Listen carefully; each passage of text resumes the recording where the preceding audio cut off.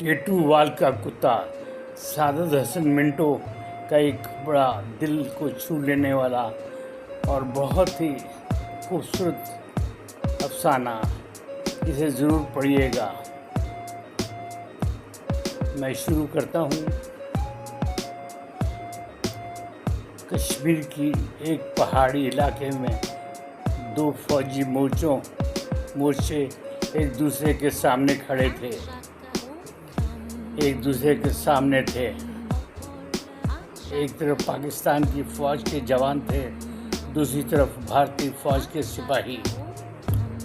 دونوں کے درمیان صرف ایک پہاڑی اور چند گز کا فاصلہ تھا، لیکن حقیقت میں ان کے درمیان ایک ایسی لکیر کھنچ گئی تھی جس نے انسانوں کو ایک دوسرے کا دشمن بنا دیا تھا۔ دن گزرتے گئے، سپاہی اپنی اپنی چوکیوں پر بیٹھے رہتے، کبھی فائرنگ ہوتی، کبھی خاموشی چھا جاتی۔ اسی دوران ایک دن ایک آوارہ کتا یہاں پہاڑیوں میں بھٹکتا ہوا ان فوجی علاقوں میں آ جاتا ہے۔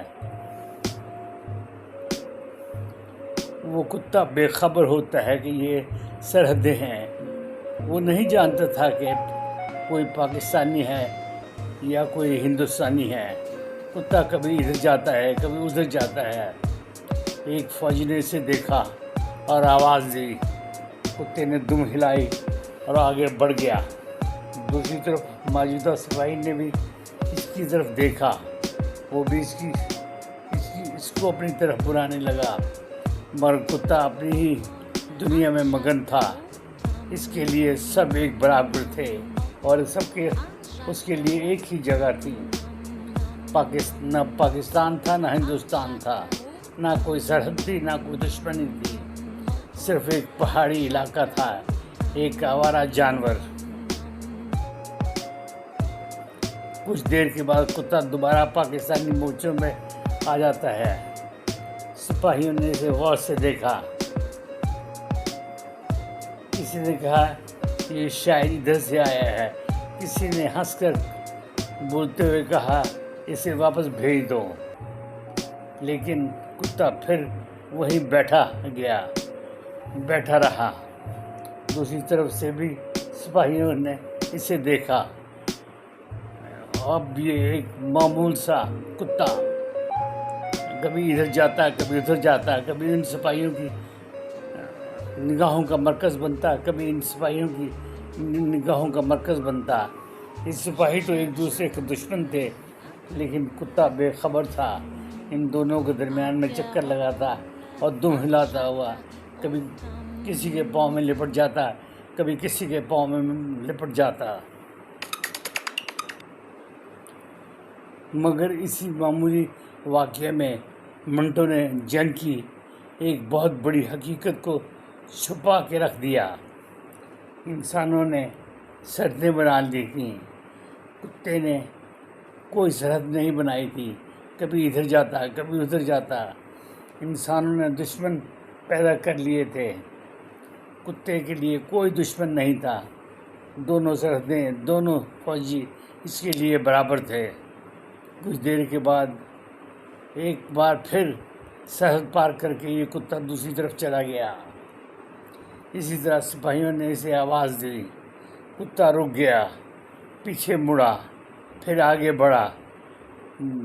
جوانوں کے اندر عجیب سا ایک جوش پیدا ہوا۔ وہ اسے اپنی طرف بلانا چاہتے تھے، گویا ایک آوارہ کتے کا تعلق ایک ملک سے نہیں، نہ ایک فوج سے تھا۔ وہ تو ایک آزاد تھا، کبھی سرحد پر، کبھی اس سرحد پر، کبھی ان سپاہیوں پر، کبھی ان سپاہیوں پہ، کبھی دونوں دشمنوں کے درمیان میں یوں گھومتا پھرتا تھا۔ کتے کو شاید کچھ عجیب سمجھ نہیں آ رہا تھا کہ یہ کیا ہو رہا ہے۔ اسے صرف بھوک تھی، وہ خوف اور فطرت اس کے اندر کوئی موجود نہیں تھی۔ وہ بھوک کے لیے یہ چکر لگا رہا تھا، لیکن انسانوں نے اسے بھی جنگ کا حصہ بنا لیا۔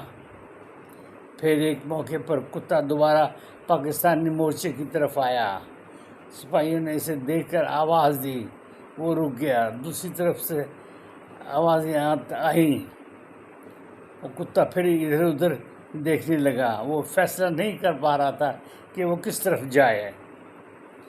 حقیقت یہ تھی کہ اسے فیصلہ کرنے کی ضرورت نہیں تھی، فیصلہ انسانوں نے اس کے لیے بنا رکھا تھا۔ اگر وہ ایک طرف جاتا تو اسے ایک ملک کا سمجھا جاتا، دوسری طرف جاتا تو اسے دوسرے ملک کا سمجھا جاتا۔ یہی منٹو کی ایک طنز ہے۔ جانوروں کو بھی انسانوں نے اپنی بنائی ہوئی سرحدوں میں قید کر رکھا تھا، یہی منٹو کا کہنا تھا، یہی اس کی سوچ تھی۔ آخرکار صورتحال ایسی بن گئی کہ ایک معمولی سا کتا بھی دونوں کے درمیان سپاہیوں میں آپس میں آتا جاتا، کوئی آنا کا مسئلہ نہیں تھا۔ فوجی اپنے اپنے مورچوں میں بیٹھے ہوئے تھے، بندوقیں ان کے ہاتھوں میں تھیں، سرحد ان کے درمیان تھی، اور درمیان میں ایک اور جانور تھا جو ان دونوں کے درمیان گھومتا پھرتا تھا۔ سمجھ نہیں آ رہا تھا، حالانکہ اسے کچھ سمجھنے کی ضرورت بھی نہیں تھی۔ پھر فائرنگ ہوئی، گولی چلی، اور وہ کتا جو نہ پاکستان کا تھا نہ ہندوستان کا تھا، ایک انسانی دشمن کا شکار ہو گیا۔ ایک بے زبان جانور نے انسانوں کی بنائی ہوئی سرحد کی قیمت اپنی جان سے دے دی، اور وہ کتا مارا گیا۔ منٹو کا افسانہ یہی ختم نہیں ہوتا، یہی اس کی اصل روح ہے۔ اصل سوال یہ ہوتا ہے کہ آخر دشمن کون ہے، وہ کتا یا وہ سپاہی، یا وہ نظام جس نے انسانوں کو ایک دوسرے کے سامنے لا کر کھڑا کر دیا۔ منٹو نے ٹیٹو وال کا کتا، میں نے کسی بڑے واقعے کی داستان نہیں سنی، لیکن انہوں نے ایک معمولی سے کتے کے ذریعے جنگ کی تقسیم، سرحد کی تقسیم، انسانوں کے درمیان عجیب و غریب ذہنیت پر ایسی طنز کی کہ جو آج بھی دل میں چبھ جاتی ہے۔ کیا سرحد نہیں جانتا تھا؟ انسان جانتا تھا۔ کتا دشمن نہیں جانتا تھا، انسان جانتا تھا۔ کتا صرف زندگی چاہتا تھا، اور انسان نے اسے بھی جنگ کا نشانہ بنا دیا، اس کا حصہ بنا دیا اور اسے ہلاک کر دیا۔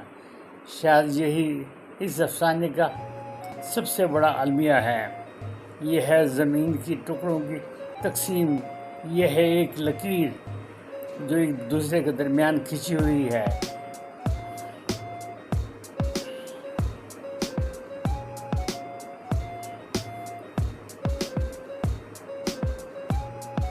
منٹو ہمیں یہ بھی سوچنے پر مجبور کرتے ہیں کہ اگر ایک بے زبان جانور انسانوں کی بنائی ہوئی سرحدوں پر نہیں مانتا تو پھر انسانوں نے اپنے لیے اتنی دیواریں کیوں بنا رکھی ہیں؟ ٹیٹو-وال کا کتا ایک کتے کی کہانی نہیں، یہ انسان کی کہانی ہے، ایک ایسے انسان کی جو سرحدیں بناتا ہے، دشمن بناتا ہے، جنگ کرتا ہے، پھر اسے جنگ میں اپنی انسانیت کو بھی کھو بیٹھتا ہے۔ اور شاید اسی لیے منٹو کا یہ افسانہ آج بھی اتنا ہی معنی خیز ہے جتنا آج سے پہلے تھا۔ یہ کئی سال پہلے لکھا گیا، لیکن یہ حالات آج بھی اسی طرح ہمارے سامنے نظر آتے ہیں۔ اگر آپ کو یہ ہمارا افسانہ پسند آیا ہو تو اسے لائک کریں، شیئر کریں اور پسند کریں۔ اگر آپ کو منٹو کے اور افسانے پسند آتے ہوں تو اسے ہمارے کمنٹ باکس میں ضرور تحریر کریں تاکہ ہم آپ کے لیے بہترین افسانے ڈھونڈ کے رکھیں۔ خدا حافظ، والسلام۔